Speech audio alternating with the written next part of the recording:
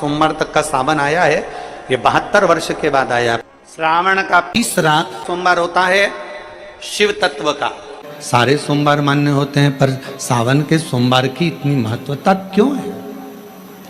शिव जी की जो आराधना करी, श्रावण के महीने में जो शंकर भगवान की आराधना में डूबे हो, शिव आराधना कर रहे हो, शिव जी को जल चढ़ा रहे हो, अपने अपने गांव में, नगर में, शहर में, अपने मोहल्ले में शंकर का दर्शन करने के लिए जा रहे हो, शिवालय तक जा रहे हो, शंकर के मंदिर में जाकर हर हर महादेव कह रहे हो, शिव के मंदिर में जाकर 3 बार ताली का नाद कर रहे हो। जो ताली स्वयं अमरनाथ जी की गुफा में भगवान शंकर पार्वती को जब कथा श्रवण कराने के लिए बैठे थे, तब भगवान शिव ने 3 बार ताली का नाद करा था। क्यों? क्योंकि पार्वती, ये 3 तालियां मैं इसलिए बजा रहा हूं कि तेरे भीतर के सारे जितने भी पूर्व में तू जन्म ले चुकी है, वो सारे जन्म को बिसराकर इस जन्म को याद कर कर तू मेरा भजन कर कर मुझ में समाहित रहे।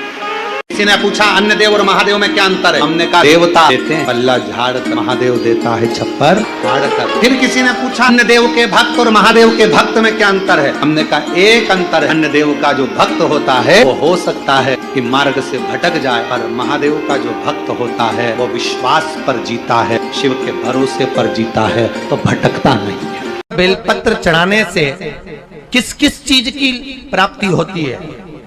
किस किस चीज की प्राप्ति? शिव महापुराण की कथा कहती है, एक बेलपत्र यदि शिव को समर्पित करा जाता है तो रिद्धि तुम्हारे घर में प्रवेश कर जाती है। दूसरा बेलपत्र जब हम समर्पित करते हैं तो सिद्धि तुम्हारे घर में प्रवेश कर जाती है।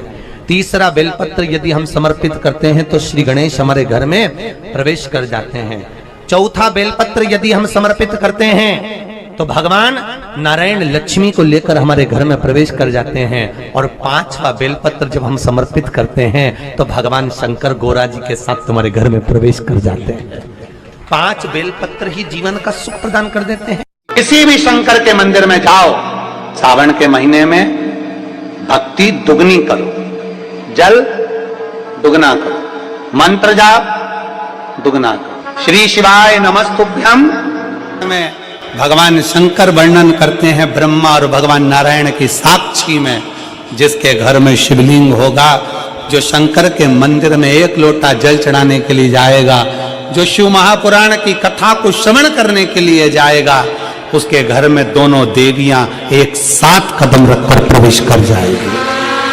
सरस्वती का कदम पड़ेगा, बुद्धि आएगी, विवेक आएगा, और फिर लक्ष्मी का कदम पड़ा तो लक्ष्मी उसके घर में श्रेष्ठता के साथ निवास करे। लोग आप सोमवार का व्रत करते हैं कि नहीं करते वो पता नहीं, पर सावन के महीने में 4, 5 जो भी सोमवार पड़ जाएं, अगर उस पर अगर आपने व्रत कर लिया, व्रत को धारण कर लिया, या शिवालय के जाकर भगवान शंकर की आराधना कर ली, तो पूरे वर्ष के सोमवार का फल सावन के महीने के 5 या 4 सोमवार में प्राप्त हो। पूरे लगातार उसको अगर सफलता प्राप्ति नहीं हो रही है तो धतूरा ढूंढो। धतूरा कहीं बाजार में नहीं मिलेगा, किसी वृक्ष से धतूरा तोड़ लिया, कुछ मत चढ़ा, तू शंकर जी के मंदिर में जाकर तेरा नाम और गोत्र बोल और शिव जी को धतूरा चढ़ाना चालू कर दे। शिव भगवान शंकर के मंदिर में जाने वाला भी हमेशा याद रखना, इसी के दरवाजे पर रोज जाओगे, हमारा मान घटेगा। मेरे माता पिता और गुरु और शिव के दरवाजे पर जब मान बढ़ेगा, घटेगा नहीं, मान बढ़ता। सावन के महीने में किसी भी एक सोमवार को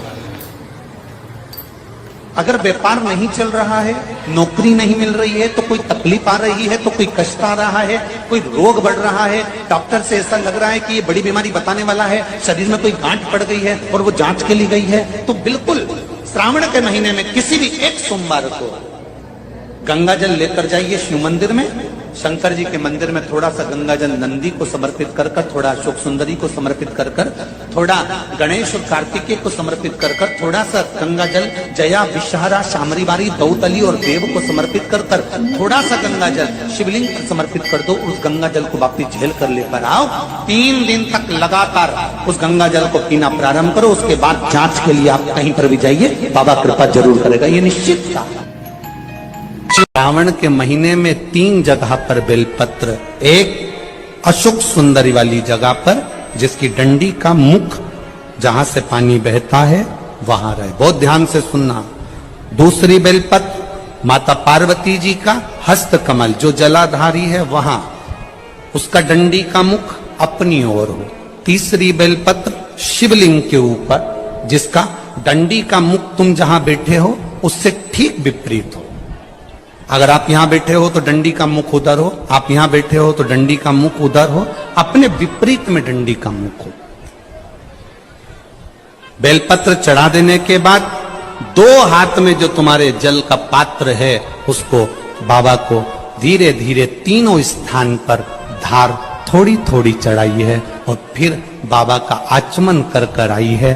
कोई जो महापुराण की कथा कहती है 5 चीजें शंकर भगवान पर चढ़ती है। दूध अर्थात घर में लक्ष्मी की वृद्धि करता, इसलिए चढ़ाया जाता है।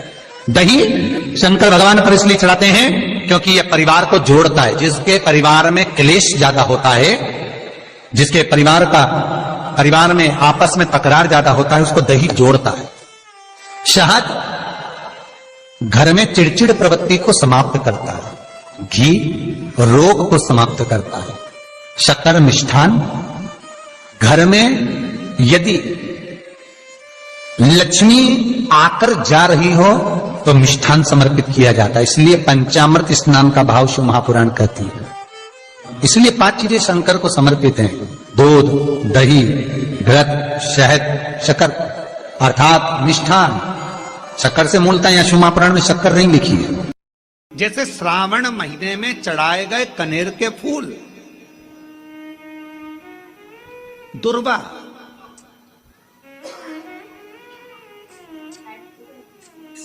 और हम सबसे कहेंगे, मान लो यदि कोई विशेष कोर्ट का केस चल रहा हो, कोई कोर्ट में कोई बातें चल रही हो, अदालत आदि में कोई कार्रवाई चल रही हो, कोई फाइल प्रशासनिक अधिकारियों के पास फंस गई हो और कुछ ना कुछ उसमें अपने को लगता है कि तकलीफ का प्रसंग है, तो हम कहेंगे शिव की आराधना करो, सत्यता पर जियो और साथ में 5 दुर्वा, 1 कनेर का फूल पीला, 1 पीला कनेर, 5 दुर्वा, 5 बेलपत्र लेकर शिव जी के मंदिर में जाकर शिवलिंग पर समर्पित कर 2 लोटा जल सावन के महीने में उसी पर बेलपत्र कनेर के फूल पर चढ़ाइए। देवाधिदेव महादेव की कृपा होगी। ज्यादा से ज्यादा 6 महीना 7 महीना, इससे ज्यादा निर्णय आप ही के पक्ष में आएगा और शिव की कृपा से। 5 स्थान शिव जी को चढ़े हुए जल को लगाने का। पहला स्थान बोलिए, जम के बोलो जरा, नेत्र। दूसरा स्थान कर्ण, तीसरा स्थान मस्तिष्क, चौथा स्थान कंठ और 5वां स्थान अपना हृदय। मात्र ये 5 स्थान शिव जी के चढ़े हुए जल को आप अगर लगा लेते हो तो तुम्हारे ऊपर किसी ग्रह, चाहे शनि हो, चाहे राहु हो, चाहे केतु हो, चाहे मंगल हो, कोई ग्रह आप पर भारी नहीं रह सकता। ये 5 स्थान मेरे देव अधिदेव महादेव की अविरल भक्ति के लिए, निर्मल शुद्धि के लिए है। नेत्रों पर जल लगाने से मतलब है कि जब भी मैं दर्शन करूं तो मेरे देव अधिदेव महादेव का करूं, शिव।